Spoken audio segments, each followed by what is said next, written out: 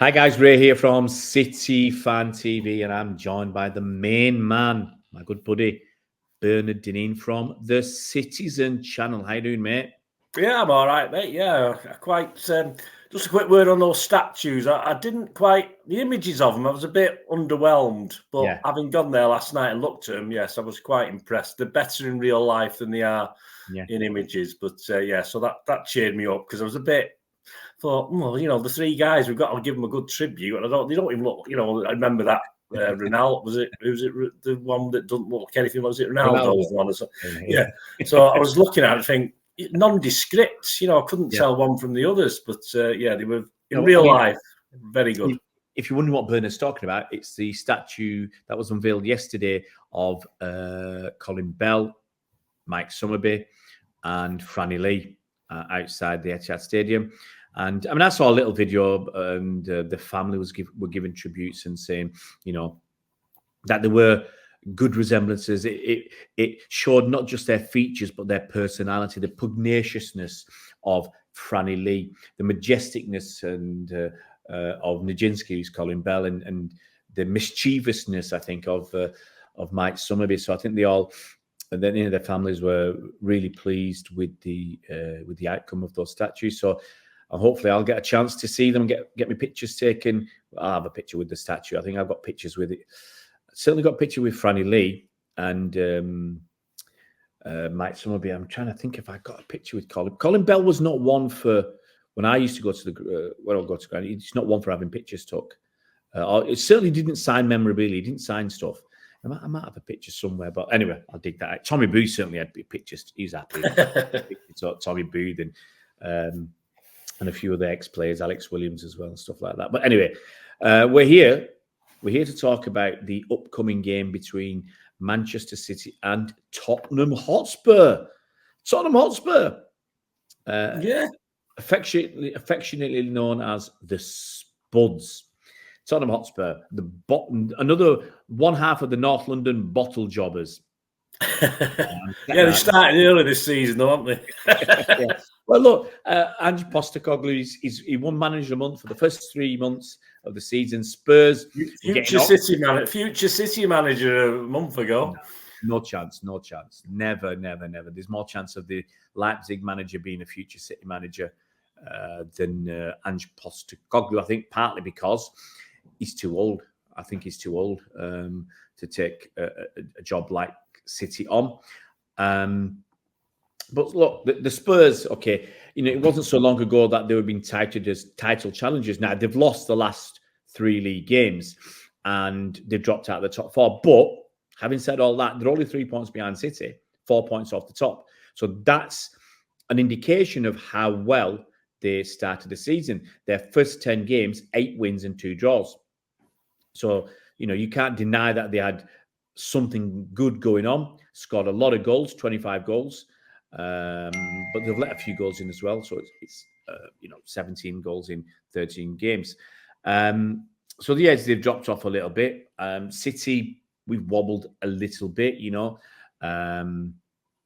drawing our last 2 games in the league, having lost 2 games already this season against Wolves and Arsenal. So we sit there 3 points ahead of them.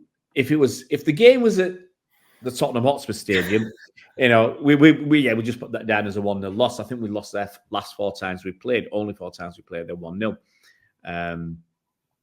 So that ain't good. But it's in Manchester. And we've just fallen off the horse of winning consecutive home games. We were over 20?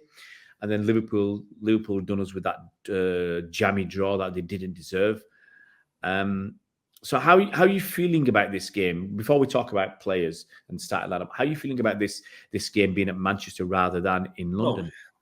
Big difference, mate. Yeah, I mean, I'm not worried.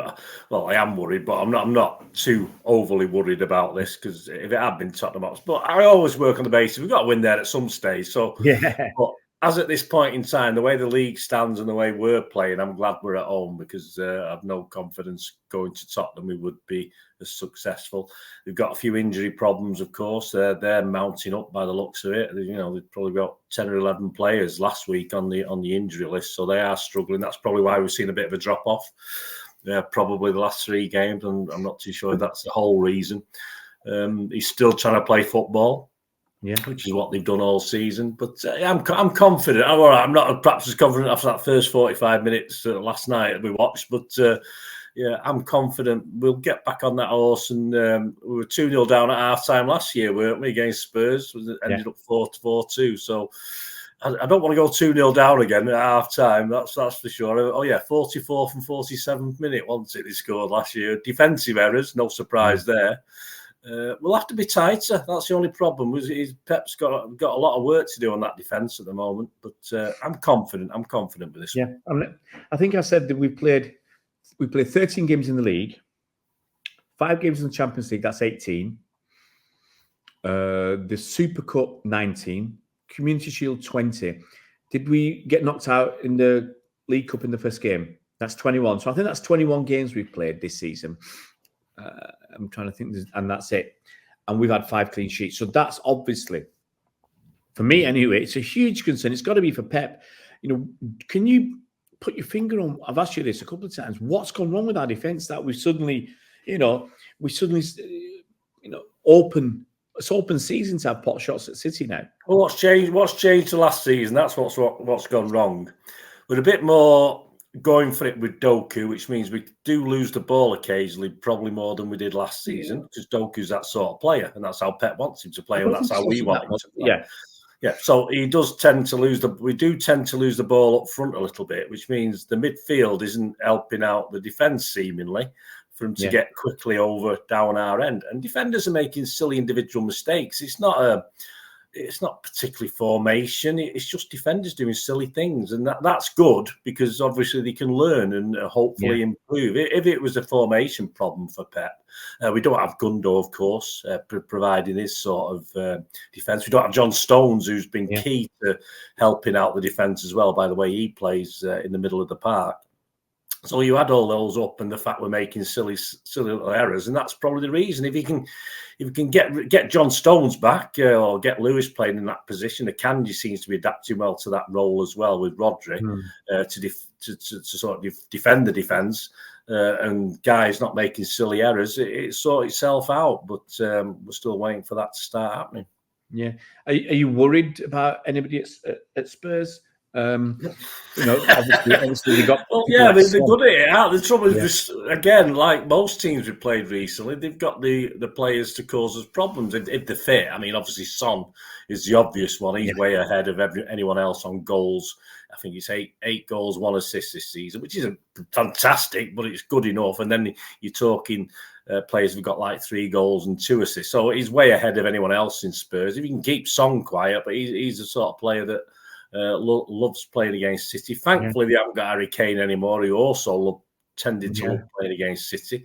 He could create chances from his own half against us, assists from his own half. So, I'm worried. But as I say, I don't. Even though they've done very, very well, Spurs, I don't think they haven't got the legs. I don't think they've got legs to go do it for the season, and hopefully, won't have the legs to do it with injuries, etc. To do it on Sunday.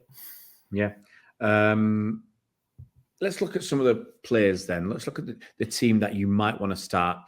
I think most players, there's not going to be any fuss about who's playing. I think Edison will start.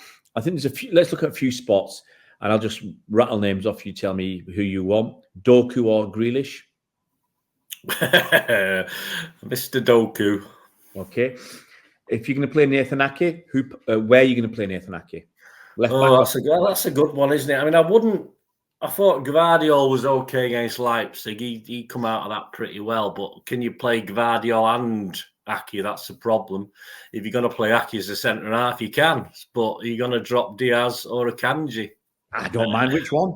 What about John Stones? I mean, obviously, based on last, you drop. No, I don't know. I mean, obviously, Diaz got hooked early. I assume he was hooked because he was poor, not because he was injured and he was on a booking. I assume that's the reason he was hooked. I'm assuming he's fit enough. There's no problem there. So if we had to start one of the two, I would probably start Diaz over Akanji all day long. But as I say, apart from Akanji's little error against Leipzig, he's been playing really well, but he didn't look a little bit out of it. So would you play Aki alongside Diaz and put Gvardiol on the left? I don't mind actually dropping Gvardiol, resting him. I want Nathan Aki to play. I'm tempted to want John Stones to play as well. I'd like those two to play, and I'm not bothered about who the other two are, quite frankly. Whether you want to play three at the back or play Diaz or Akanji alongside Aki. I think Aki has to play for me. Yeah, I think he deserves to play. And then I'd like John Stones to play, whether it's, as I said. Yeah, I'm still not sure whether he's quite right to start. Right, I mean, what's he doing on the bench? I know he's been on the bench, but I mean, I think he can be on the bench because he wants to give him a little bit of time. Yeah, but what about Rico Lewis? Is it again against Tottenham a matter of giving him 10 or 15, 20 minutes at the end again? What about Rico Lewis? Would you? Rico was fine last night. He didn't do anything particularly. He missed a sitter, not sitter, but a good half chance. But if Stones isn't fit, I want Rico in there. I want Lewis in there. No Phillips. You said Phillips would be last night, didn't you? Hey, if Phillips can't get a game last night, mate, well, I can imagine him playing against Red Star at their place. If he doesn't start that, he may as well be on the bus now because there's nothing. He just needs to go. Phillips just needs to get another club. I feel sorry for the lad. It's just not happening, obviously. Yeah. No, it's not good for a poor Calvin. So Rodri obviously has got to start. I mean, Rodri backed up by Lewis, be fine alongside him. I like those two together. I like the idea of a 4-2-3-1 system. If that's 6, 9, 10, 4-2-3-1. Lewis alongside Rodri. Your three. Haaland's the easy one, obviously. Easy. Then I would probably have Doku, Foden, and Bernardo. That means Alvarez doesn't play, but even though he scored a goal yesterday, I don't think he was that fantastic, personally. No, Alvarez probably don't deserve it. He might get a run out again last few, 20 minutes or something. But he's not been doing well when he started games. That's the problem. Something's been okay, but nothing. Yeah. And of course, Bernardo had a bit of a shocker himself last night for Bernardo. He was poor, very poor, playing on the right, which obviously he has played. He used to play there a lot more than he does now. He didn't have his hod carrying job last night, did he, Bernardo? He just stuck him out on the right, which perhaps with him buzzing about a little bit more, he'll be a far better player. So yeah, I don't disagree with that. Do you think? That's the team. Let's just move on to a score prediction then. Do you think we'll beat Spurs? That's the first question. Oh, yeah. I'm confident. I'm confident. I think we'll let a goal in. I don't think we'll keep a clean sheet, but I've gone for 3-1. Yeah, that sounds like a good number. That I think 3-1 sounds good. Andy's been positive. I think Andy went for 4-1. Andy Morrison, he's gone mad. I'm going for it, mate. I'm going for it against the Spuds. I'm going for 5-1.